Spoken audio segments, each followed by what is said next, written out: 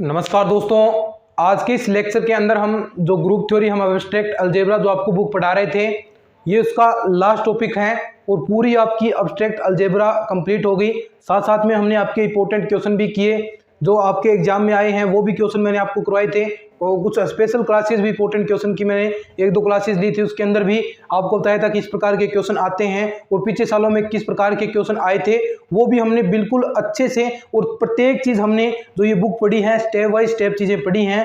अब जो हमने ये लास्ट टॉपिक रहा है आपका समाकारिता वाला, उसके बाद ये बुक कंप्लीट हो गई। दोस्तों, अगर आपने अच्छे से ईमानदारी से ये बुकें पढ़ी हैं, ईमानदारी से पूरे प्रॉपर लेक्चर देखे हैं, तो इनमें आपको किसी प्रकार की दिक्कत नहीं रहेगी। और इनमें जो 5 क्वेश्चन आते हैं इस बुक में से 4 या 5 क्वेश्चन आते हैं तो वो आपके मैं 100% कह सकता हूँ श्योर सही होंगे। आपने जो टेस्ट दिए उनमें भी बहुत सारे विद्यार्थियों ने अच्छा प्रदर्शन किया। जो 10-10 क्वेश्चन दिए उनमें 8-8, 9-9 क्वेश्चन कई विद्यार्थियों के सही थे।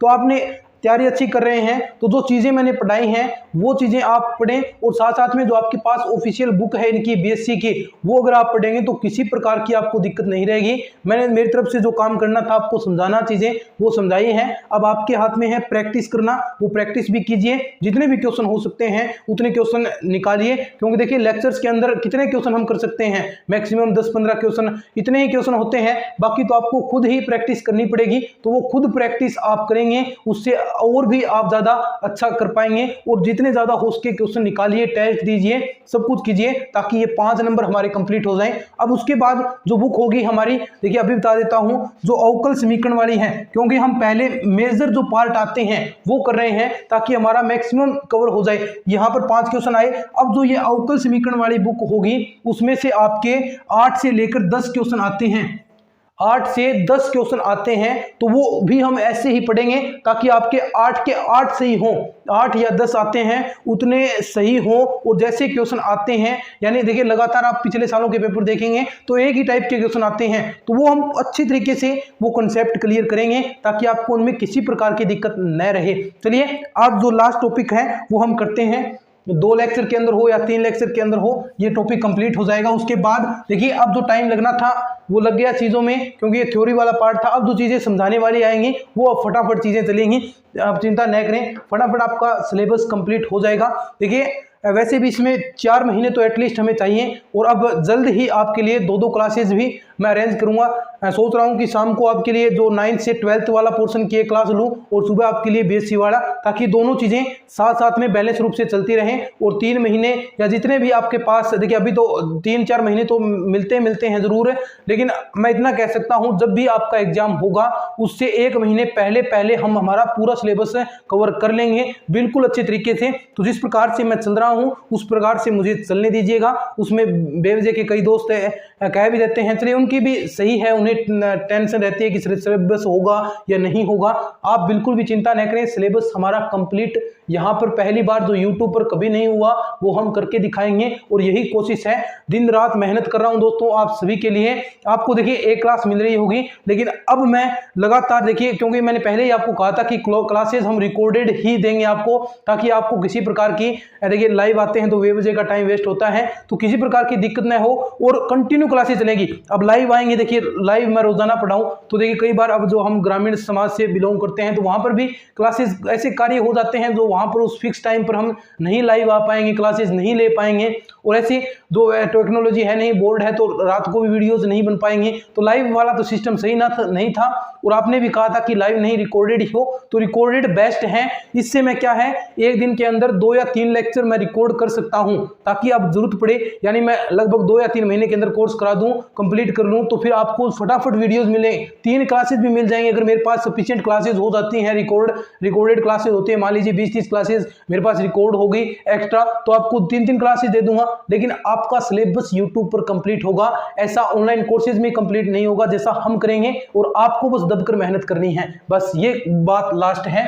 ठीक है, सिलेबस हमारा 100% कंप्लीट होगा। देखिए लास्ट जो आपका टॉपिक रहा है ग्रुप मॉर्फिज्म,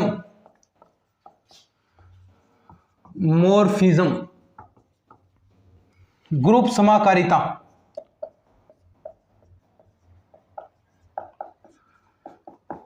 सबसे पहले मैं डेफिनेशन लिखता हूं और फिर इसको अच्छे से हम समझेंगे, क्योंकि ये चीज समझ में आ गई 5-7 मिनट में तो पूरा कंप्लीट आपको चीजें समझ में आ जाएगी। सबसे पहले इसकी डेफिनेशन लिखते हैं, फिर हम इसको समझेंगे। ग्रुप समाकारिता, जो समाकारिता मॉर्फिज्म है वो होती क्या है। देखिए किसी, अच्छे से समझेंगे, चिंता न करें। किसी ग्रुप जी स्टार, ये देखिए स्टार आपको पता है इसके अंदर एक और ऑपरेशन है, यानी इसके अंदर स्टार ऑपरेशन कुछ भी हो सकता है। ये डिफाइन करेगा कि स्टार का अर्थ क्या है। यहां पर प्लस ऑपरेशन हो सकता है, गुणा हो सकता है, कुछ भी हो सकता है, लेकिन ये एक संक्रिया को व्यक्त करता है कि किसी ग्रुप जी स्टार से ग्रुप जी ओ, ये भी क्या है दोस्तों, ये ओ देर का है, इसके अंदर अलग संक्रिया है जी डैश, जी डैश ओ। जी स्टार अलग ग्रुप है, इसके अंदर ये संक्रिया लग रही है, लेकिन जो ग्रुप आपको जी डैश देर का है इसके अंदर ये ऑपरेशन लग रहा है। जी स्टार से ग्रुप जी ओ में परिभाषित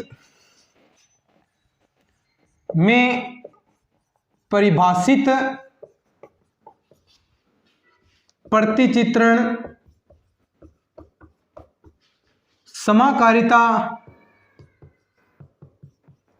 कहलाता है।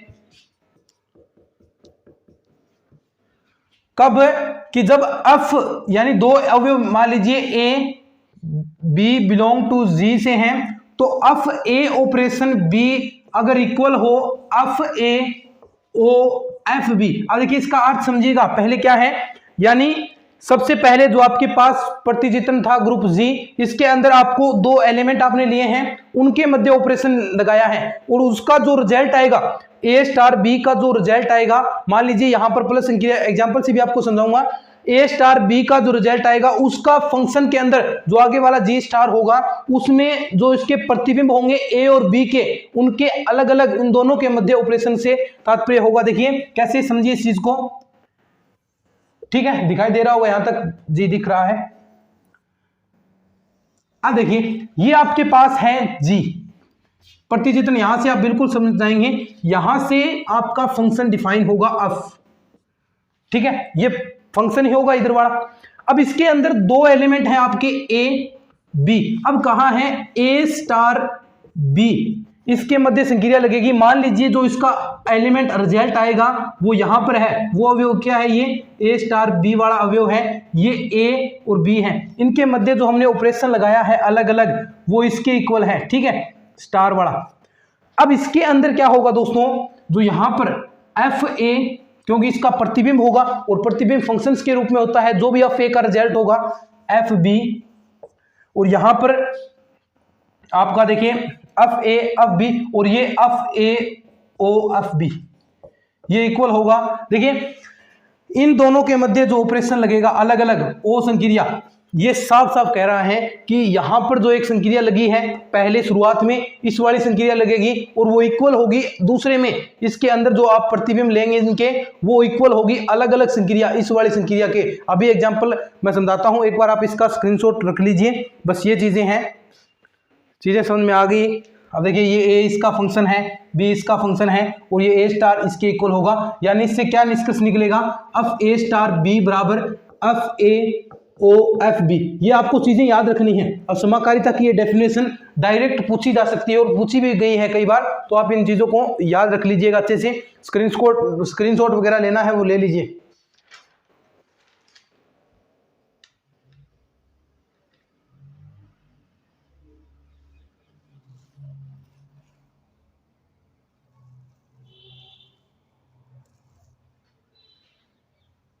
ठीक है,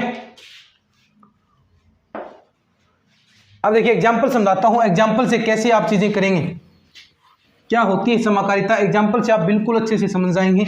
ये तो डेफिनेशन थी, चीजें तो हम एग्जाम्पल से क्लियर करते हैं, क्योंकि देखिए दोस्तों ये जो चीजें हैं ग्रुप थ्योरी है, ये डेफिनेशन से क्लियर नहीं होती, ये आप एग्जाम्पल सोल्व करेंगे तब आपको उसकी डेफिनेशन समझ में आएगी। पहले आप डेफिनेशन पढ़िए, फिर उसका एग्जाम्पल कीजिए, और फिर दोबारा वो डेफिनेशन पढ़िए, क्लियर, कुछ भी दिक्कत नहीं रहेगी। बस ऐसा करना है। तो एग्जाम्पल देखिए, आपसे कहा है कि एफ एक आपकी समाकारिता है, और कहां से, आर या यहाँ पर आर प्लस ऑपरेशन है से आर नोट गुणा के लिए समाकारिता है, प्रूफ करना है आपको, समाकारिता है। और आपको एफ एक्स जो फंक्शन आएगा उसको कहा है कि ये 2 की पावर x के रूप में करेगा। ठीक है, अब देखिए एक तो आपके पास ये ग्रुप है और एक ये आर नोट वाला ग्रुप है। अब देखिए हम इससे एलिमेंट लेंगे, मान लीजिए x1 x2 बिलोंग टू यहां से आपके r से हैं।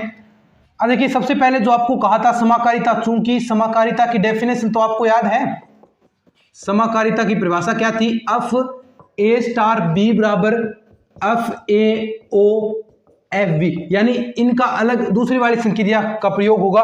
पहले जो ये वाला पार्ट है हम ये करते हैं, पहली वाली संक्रिया क्या है, प्लस, पहले वाले में प्लस संक्रिया है, दूसरे में मल्टीप्लाई है, यहां पर मल्टीप्लाई हम लगाएंगे। तो पहले में क्या है, F A star B, plus के लिए तो दो एलिमेंट आपने ऐसे ले लिए ए और बी की जगह, तो आप लगाएंगे तो क्या होगा, प्लस है तो डायरेक्ट प्लस कर दीजिए x1 प्लस x2। लेकिन यहां पर आपको देर का है कि जो फंक्शन है एफ एक्स वो 2 की पावर x के रूप में करता है इन्हें, तो ये फंक्शन 2 की पावर x के रूप में आप चढ़ाएंगे तो x1 प्लस x2।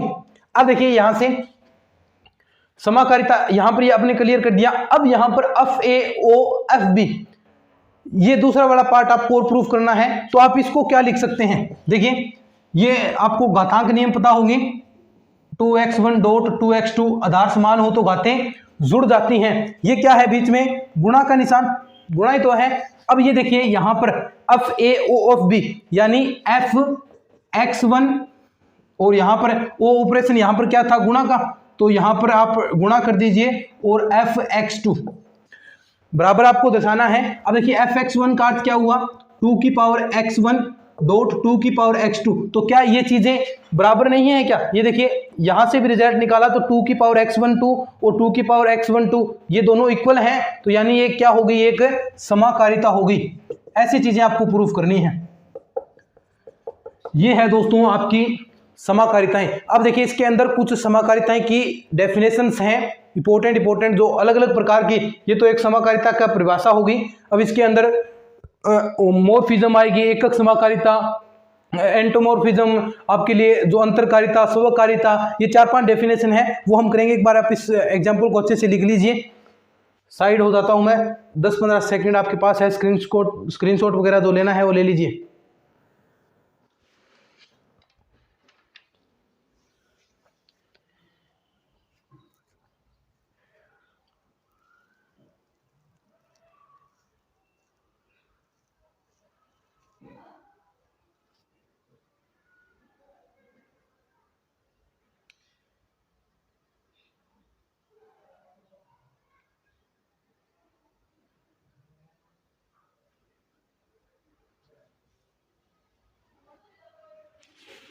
देखिए अब हम पढ़ते हैं समाकारिता के कुछ प्रकार हैं।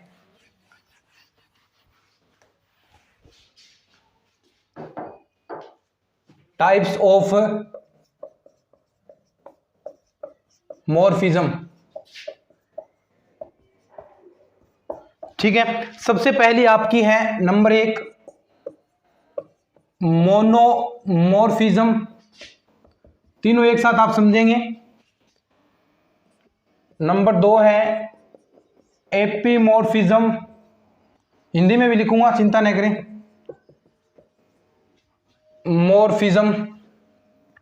नंबर 3 है एंडोमॉर्फिज्म या आइसोमॉर्फिज्म होगी मॉर्फिज्म। देखिए ये है एकक समाकारिता, सबकी डेफिनेशन बताऊंगा, 3-4 हैं, ये तीनों एक जैसी हैं तो थोड़ा सा आपको एक साथ ही बता देता हूं मैं। ये हो गई आपकी एकक आच्छादक समाकारिता, आच्छादक समाकारिता, और ये नीचे वाली हो गई एकक की आच्छादक, दोनों। ठीक है, अब देखिए इसके अंदर एकक की आच्छादक या इसे ही आप तुल्यकारिता, क्योंकि दोनों हैं तो तुल्यकारिता भी आप कह सकते हैं। अब इनकी डेफिनेशन सुनिए। देखिए आपने समाकारिता पढ़ी अफ से अफ डैश में, मान लीजिए जो जी है, जी से जी डैश में आपने डेफिनेशन पढ़ी। अगर ये f जो फंक्शन है आपका ये एकक हो, नॉर्मल डेफिनेशन है, बस आपको याद रखनी है क्योंकि पूछ ली जाती है कि एकक समाकारिता क्या होती है। तो नॉर्मल डेफिनेशन है, अगर ये एकक हो तो ये एकक समाकारिता कहलाएगी, एकक की समाकारिता। यानी पढ़ा है आपने x1 बराबर नोट x2, fx1 बराबर नोट fx2, तो यहां से आप x1 बराबर x2 ले आते थे तो वो एकक की होती थी। वही चीजें हैं जो आपने 12th के अंदर पढ़ी थी। अगर एकक की है तो ये एकक समाकारिता, अगर ये आच्छादक है यानी इसका f इनवर्स प्रतिलोम भी मौजूद होता है, यानी जो g डैश से कोई आप लेंगे तो f इनवर्स इसके अंदर मौजूद है तो वो क्या होती है, आच्छादक। यदि यह आच्छादक हो तो ये आच्छादक समाकारिता। अब आइसोमोर्फिज्म क्या, ये एकक भी हो, एकक भी और आच्छादक भी, तो ये क्या कहलाएगी, आइसोमोर्फिज्म, या इसे ही आप कहेंगे तुल्यकारिता। तो देख लीजिए, एक सिंपल सी है, एक तो एकक समाकारिता क्या होती है जिसके अंदर जो आपकी समाकारिता ली है अफ वो एकक की हो, दूसरी आच्छादक, वो अगर उसमें आच्छादक भी हो, दूसरी केवल मात्र आच्छादक हो, पहली एकक की हो और तीसरी एकक की आच्छादक दोनों हो, तो वो क्या होगी आपकी तुल्यकारिता। तो स्क्रीनशॉट वगैरह ले लीजिए। फिर एक दो और है इसकी,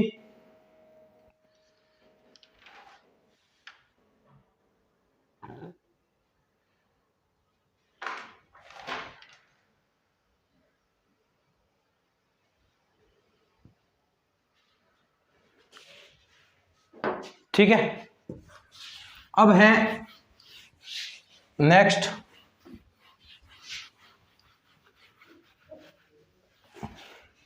4 नंबर पर एंडोमॉर्फिज्म, अंतरकारिता।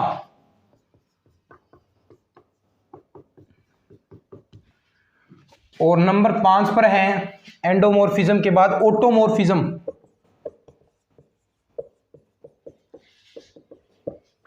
जिसे कहेंगे स्वकारिता, ठीक है।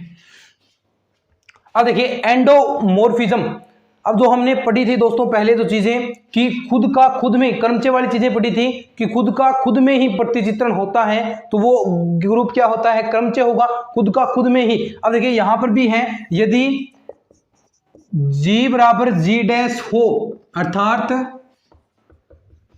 G का स्वयं G पर ही प्रतिचित्रण, स्वयं G पर ही प्रतिचित्रण हो तो यह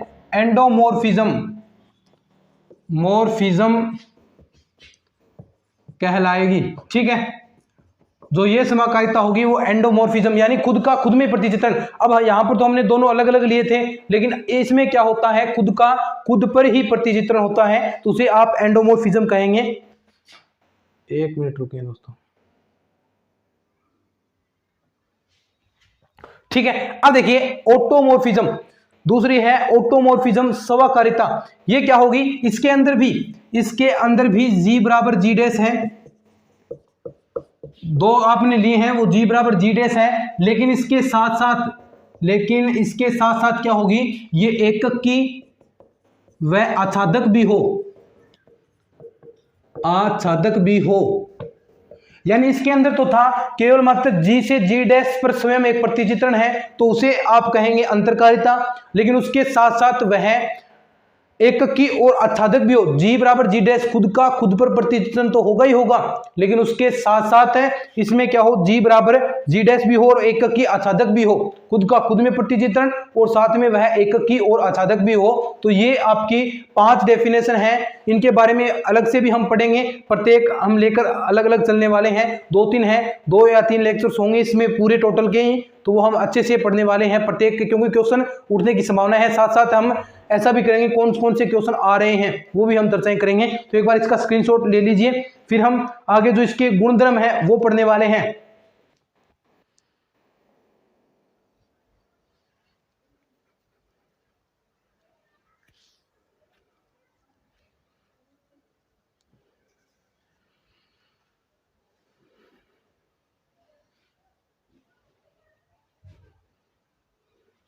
ठीक है, अब पढ़ेंगे इसकी हम प्रॉपर्टीज।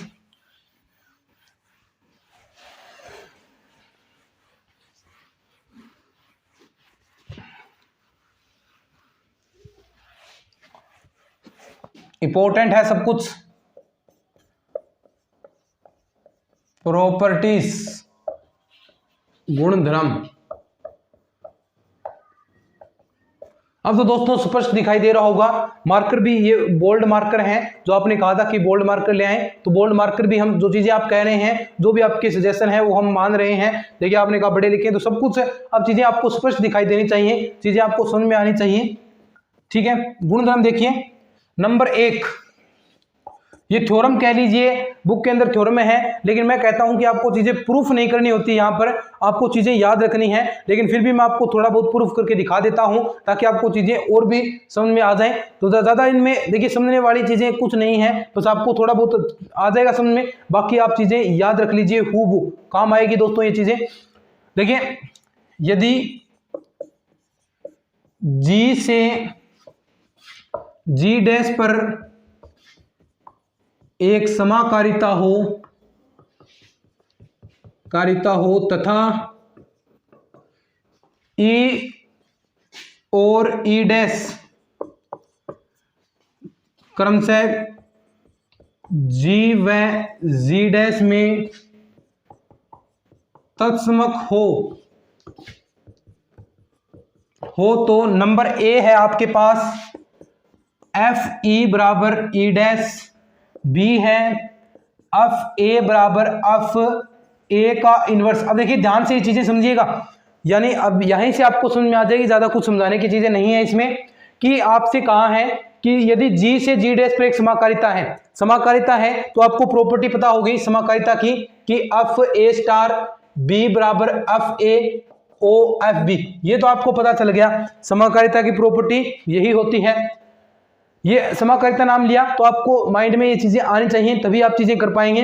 देखिए इसके अंदर कहा है ई और ई डैश क्रमशः जी व डी जी इसके तस्मक हैं, तो सबसे पहले अगर आप एफ ई निकालेंगे, यानी जो आपने यहां पर एक एलिमेंट लिया है तस्मक अवयव ई, अगर उसका आप फंक्शन निकालेंगे, प्रतिबिंब चेक करेंगे, तो जो इसका प्रतिबिंब आएगा वो दूसरे का तस्मक होगा, यानी इसके अंदर जो तस्मक आपने लिया है और उसका आप प्रतिबिंब निकाल रहे हैं तो वो दूसरे वाले का जी डैश का तस्मक के बराबर होगा। यही ये देखिए कहना चाहता है, इसे प्रूफ करना है तो मान लीजिए, देखिए ई और ई डैश आपने मान लिए, ई डैश आपके तस्मक अवयव हैं, थोड़ा सा प्रूफ कर लेते हैं हम, और ए बिलोंग टू जी मान लीजिए। अब देखिए आपको पता है ए ई आप करेंगे, यानी तस्मक का किसी के साथ आप ऑपरेट करते हैं तो वापस वही अवयव आपको प्राप्त होगा, और ऐसे ही आप इसका क्रम विनिमयता के नियम की पालना करेंगे तो आप ये भी इसके अंदर कर सकते हैं। अब देखिए आपको जो ऑपरेशन लगाने हैं वो ऑपरेशन क्योंकि ये समाकारिता है तो एफ ए ई बराबर एफ ए बराबर एफ ई ए, ठीक है। चूंकि इसने लिख रखा है कि ये समाकारिता है, तो समाकारिता है तो आप यहां पर क्या लिखेंगे, इसके इक्वल एफ ए ई के इक्वल क्या लिखोगे आप, एफ ए एफ ई, अलग अलग लिख दोगे इनको, क्योंकि समाकारिता है, इनको संयुक्त इनका आप अलग अलग लिखेंगे, और अलग अलग लिखेंगे तो ये किसके इक्वल था, एफ ए के, ठीक है, ये एफ ए के और ये भी एफ ई और एफ ए। अब ध्यान से देखिए दोस्तों इस चीज को, एफ ए और एफ ई का आप ऑपरेशन करा रहे हैं, वापिस आपको क्या एलिमेंट प्राप्त हो रहा है, एफ ए ही, वापिस देखिए एफ ए एफ ई लगा रहे हैं, एफ ए आपको प्राप्त हो रहा है, तो ये एफ ई क्या है, इसका कोई फर्क नहीं पड़ा, एफ ई का कोई फर्क नहीं पड़ा, और देखिए ये किसके अंदर होगा, कौन सी संक्रिया होगी, जी डैश के अंदर, क्योंकि आपने बराबर वाला सोल्व कर रहे हैं तो ये जी डैश के अंदर, यानी ये एफ ई किसके इक्वल है, ये एफ ई आपका ई डैश के इक्वल, जो आपका तत्समक अवयव था उसके इक्वल है। यही आपको प्रूफ करना था कि जो इसका आप प्रतिबिंब लेंगे तो वो आपको तत्समक अवयव प्राप्त होगा दूसरे वाले का, जी डैश का, दो प्रतिचित्रण कर रहे हैं, तो ये देखिए प्रूफ हो गया। ऐसे ही बस इस प्रूफ पर आपको ध्यान नहीं देना, आपको तो ये याद रखना है कि इक्वल होगा, क्या होगा, एफ ई बराबर ई डैश होगा, बस ये चीज आपको याद रखनी है। ऐसे ही आगे वाला है, बस ये चीजें जो मैं बताऊं बस वो हूबहू आपको चीजें याद रखनी है, ज्यादा कुछ खास नहीं है। अब देखिए एफ ए बराबर एफ ए इनवर्स, इसका अर्थ क्या हुआ कि आप एफ ए इनवर्स, एक मिनट चेक कर लेता हूं मैं, हाँ अवयव का प्रतिलोम होगा भाई एफ ए इनवर्स। देखिए कोई आपने अवयव है ए, आपके पास ए अवयव है, उसका प्रतिलोम ए इनवर्स, ए का प्रतिलोम क्या है, ए इनवर्स का यदि आप प्रतिबिंब निकालेंगे, ए इनवर्स का प्रतिबिंब निकालेंगे एफ ए इनवर्स, तो वो जी डैश के अंदर क्या होगा, जो आपने अवयव लिया था वो अवयव के पूरे प्रतिलोम के प्रतिबिंब का प्रतिलोम होगा, जो आपने अवयव लिया है उसके प्रतिबिंब एफ ए प्रतिबिंब। देखिए ए क्या है अवयव, एफ ए उसका प्रतिबिंब और उसका इनवर्स, ध्यान से समझिए, यानी कोई आपके पास इनवर्स एलिमेंट है ए, जो आपके पास जी है उसके अंदर ए इनवर्स एलिमेंट था, किसका, ए का इनवर्स था, उसका आपने प्रतिबिंब निकाल रहे हैं किसके अंदर, जी डैश के अंदर, तो वो इक्वल होगा जो आपने एलिमेंट लिया है ए उसके प्रतिबिंब का इनवर्स, यानी होल इनवर्स है, न कि ये प्रतिबिंब का भी। देखिए प्रूफ मैं इसको कर देता हूं, मान लीजिए ए और ए इनवर्स आपके पास बिलोंग टू जी है। अब देखिए आपको पता होगा ए इनवर्स आप करते हैं तो आपको तस्मक प्राप्त होगा, और ऐसा ही ए इनवर्स ए करेंगे। अब इसका फंक्शन निकाल लीजिए, एफ ए इनवर्स बराबर एफ ई और एफ ए इनवर्स ए। अब आपको पता है एफ ई किसके इक्वल था, अभी हमने पढ़ा था एफ ई, अभी जो थ्योरम पढ़ी थी ई डैश के इक्वल होगा, तो इसके अंदर भी ये देखिए ये समाकारिता की प्रॉपर्टी फॉलो होगा, यानी ये पहले वाला संयुक्त था अब अलग अलग हो जाएगा, यानी एफ ए इनवर्स हो गया, और ये क्या है एफ ई किसके इक्वल, ई डैश के, और ये भी अलग ए इनवर्स और एफ ए। अब ध्यान से देखिए आप ये दोनों बराबर है तो ये दो वाले ले लीजिए, एफ ए इनवर्स, आपको तो एफ ए इनवर्स निकालना है तो वो किसके इक्वल होगा, देखिए एफ ए इनवर्स यहां पर कर देता हूं मैं, एफ ए इनवर्स आप निकालेंगे, देखिए ये वाला पार्ट आप तस्मक में कोई फर्क नहीं पड़ेगा, तस्मक हट जाएगा, तो ई डैश में यहां पर करेंगे तो ये क्या आ जाएगा, देखिए ये ऊपर ले जाएंगे, पहले तो इसके नीचे आएगा फिर आप ऊपर ले जाएंगे तो एफ ए की होल इनवर्स हो जाएगा, और यही आपको प्रूफ करना था, एफ ए इनवर्स बराबर एफ ए की होल इनवर्स। यानी ये आपने समाकारिता की प्रॉपर्टी लगाई कि समाकारिता से ये होगा, आगे आगे आप गुणा में लिख सकते हैं इनको। अब ये लिखा और यहाँ पर ये तस्मक एलिमेंट था, तस्मक एलिमेंट में किसी अवयव का कराएंगे तो कोई फर्क नहीं पड़ेगा, तो ये आपने नीचे भेजा और नीचे से ऊपर ले गए तो इनवर्स का हो गया, तो ये आपकी प्रॉपर्टी प्रूफ हो गई। स्क्रीन शॉट और लिख लीजिए, पहले लिख लीजिए इसे।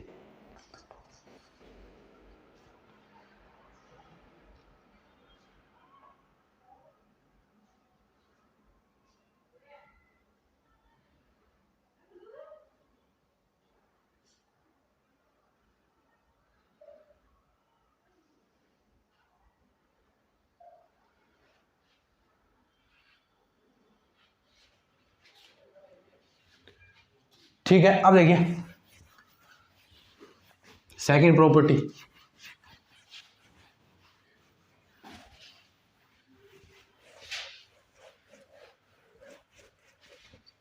प्रॉपर्टी सेकंड, यदि जी से जी डैश पर एक समाकारिता हो, बस आपको याद रखना है, प्रूफ करने की जरूरत नहीं है, समाकारिता हो तो नंबर एक, यदि एच जी का उपग्रुप है, ध्यान से देखिए जी का उपग्रुप हो तो देखिए एच जी का उपग्रुप है तो ये इक्वल होगा, यानी एच डैश भी जी डैश का उपग्रुप होगा अंदर। देखिए कुछ नहीं है, एच जी का उपग्रुप है तो एच डैश भी जी डैश का उपग्रुप होगा, जो इसका आप एच डैश निकालेंगे जो इस इधर वाले के अंदर एलिमेंट होंगे प्रति जितना आप कर रहे हैं, यानी यहां पर है, मान लीजिए यहां पर कोई एच एलिमेंट था और एच जी का उपग्रुप था, ठीक है, तो इसके अंदर जो एलिमेंट होंगे जी डैश के अंदर वो एच डैश यहां पर है, वो भी इसका क्या होगा, उपग्रुप होगा। बस पहली ये है। अब देखिए नंबर दो है आपके पास, यदि एच डैश जी डैश का उपग्रुप है तो F inverse H dash X belong to G, और जहां पर ये एफ इनवर्स एच है ये बिलोंग टू कर रहा है एच डैश से, तो ये जी का उपग्रुप होगा, जो इनवर्स हैं, यानी जो H डैश है उसका इनवर्स निकालेंगे तो वापस वो G के अंदर ही तो आएगा, तो G के अंदर आएगा तो ये F इनवर्स H डैश भी G का उपग्रुप होगा। ये दो प्रॉपर्टी हैं, डायरेक्ट हूबहू याद रखनी है। क्या है? H G का उपग्रुप है, H G का उपग्रुप है तो H डैश जो G के अंदर जो ऐसा एलिमेंट होगा H डैश भी G डैश का उपग्रुप होगा। Number 2, H dash G dash का उपग्रुप है तो F इनवर्स इस H डैश का इनवर्स आप लेंगे और H डैश का इनवर्स कहां पर मौजूद होगा? G के अंदर।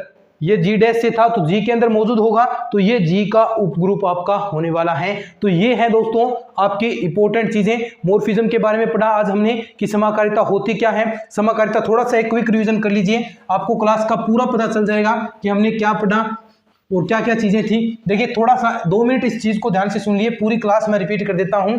हमने पढ़ा सबसे पहले समाकारिता होती क्या है, यानी A स्टार B बराबर F A O F B. ये क्या था? समाकारिता की डेफिनेशन थी, यदि G से G डैश पर कोई प्रतिचित्रण था, प्रतिचित्रण है तो देखिए A स्टार B, यहां पर जो एलिमेंट आएंगे A स्टार B, पहले आप संयोजन का प्रतिबिंब निकालिए। संयोजन का प्रतिबिंब, संयोजन का प्रतिबिंब आपने निकाला और बराबर होगा प्रतिबिंब का संयोजन, प्रतिबिंबों का संयोजन। ये चीजें हमने पढ़ी थी, यही तो है संयोजन। पहले दो एलिमेंट का आपने जो भी पहले के अंदर ऑपरेशन था, स्टार ऑपरेशन था पहले के अंदर, उसका आपने प्रतिबिंब निकाला, वो इक्वल होगा दोनों के अलग अलग प्रतिबिंबों के संक्रिया, और यहां पर जो संक्रिया लगेगी वो G डैश वाली लगेगी, इसके अंदर G वाली और इसकी G डैश, और दोनों इक्वल होंगे। हमने एक एग्जाम्पल से भी क्लियर किया था उसे अच्छी से। फिर उसके बाद हमने पढ़ा कि समाकारिता के प्रकार, समाकारिता के प्रकार में सबसे पहले हमने जो आपका था एकक समाकारिता, एकक समाकारिता। नंबर 2 आच्छादक समाकारिता, हिंदी में फटाफट लिख देता हूं समाकारिता। नंबर 3 तुल्यकारिता, ये याद रखनी है इसलिए रिपीट कर रहा हूं मैं, तुल्यकारिता। नंबर 4 अंतरकारिता, एंडोमॉर्फिज्म इसे कहते हैं इंग्लिश में। नंबर 5 स्वकारिता, ऑटोमॉर्फिज्म, स्वकारिता। ये आइसोमॉर्फिज्म, ये हिपोमॉर्फिज्म। ठीक है, तो ये क्या थी? अगर एकक की हो, ये आच्छादक हो, अगर ये एकक की आच्छादक दोनों हो, अंतरकारिता में G डैश बराबर G हो, यानी खुद का खुद पर प्रतिचित्रण, और इसमें G डैश बराबर G भी हो, खुद का खुद पर प्रतिचित्रण भी हो, और साथ साथ में ये एकक की आच्छादक भी प्रॉपर्टी फॉलो करे, तो ये आपकी क्या कहलाएगी? एकक समाकारिता। और उसके बाद हमने 2 प्रॉपर्टी पढ़ी, कौन कौन सी? कि अगर G से G डैश में, G से G डैश में कोई समाकारिता है, समाकारिता है, तो नंबर 1 एफ ई, यानी जो पहले का जो आपका तस्मक है उसका प्रतिबिंब दूसरे के तस्मक के बराबर होगा, यानी जो पहला आपने G के अंदर जो आपका तस्मक था वो दूसरे उसका प्रतिबिंब दूसरा जो G डैश था उसके भी तस्मक के इक्वल होगा। ये हमने अच्छे से प्रूफ किया था। नंबर 2 एफ ए इनवर्स, किसी अवयव का प्रतिलोम का प्रतिबिंब। देखिए ध्यान से सुनिए, किसी अवयव का, ऐसे स्टेटमेंट आएंगे, किसी अवयव का जो प्रतिबिंब है, किसी अवयव के प्रतिलोम का प्रतिबिंब बराबर होगा उस अवयव के ए के प्रतिबिंब के इनवर्स के। ठीक है, ये पढ़ा। और दूसरी प्रॉपर्टी हमने पढ़ी, नंबर 2 प्रॉपर्टी थी, ऐसा ही G से G डैश में समाकारिता हो, समाकारिता हो तो क्या था कि H यदि G का उपग्रुप है, H G का उपग्रुप हो, H G का उपग्रुप है तो आपका H डैश और H डैश G डैश का उपग्रुप होगा। ये याद रखनी है आपको, इसलिए हम फटाफट रिपीट कर रहे हैं। और H डैश G डैश का उपग्रुप है, दूसरी प्रॉपर्टी उपग्रुप, तो क्या होगा दोस्तों? F इनवर्स इसका H डैश का इनवर्स क्या होगा? X बिलोंग टू G के लिए F inverse H belong to H dash G dash का उपग्रुप होगा, उपग्रुप होगा। तो ये पूरा जो हमने इस लेक्चर के अंदर पढ़ा था फटाफट 2 मिनट के अंदर हमने पूरा अच्छे से रिपीट कर लिया। ये चीजें आती हैं दोस्तों, क्वेश्चन बनते हैं इससे, इसलिए हमने थोड़ा सा आपको रिपीट भी कर दिया। चलिए आज के इस लेक्चर के अंदर इतना ही पढ़ने वाले हैं। अगर ये लेक्चर सीरीज जो भी हम आपके लिए इतना मेहनत कर रहे हैं अगर आपको पसंद आ रही है तो इसको शेयर जरूर कीजिएगा अपने दोस्तों के साथ, उन्हें भी कहीं भी चैनल को सब्सक्राइब करें। पूरा कोर्स आपको फ्री में करवाने वाले हैं तो ज्यादा से ज्यादा सब्सक्राइब करें। चलिए आज के इस वीडियो के अंदर इतना ही, धन्यवाद।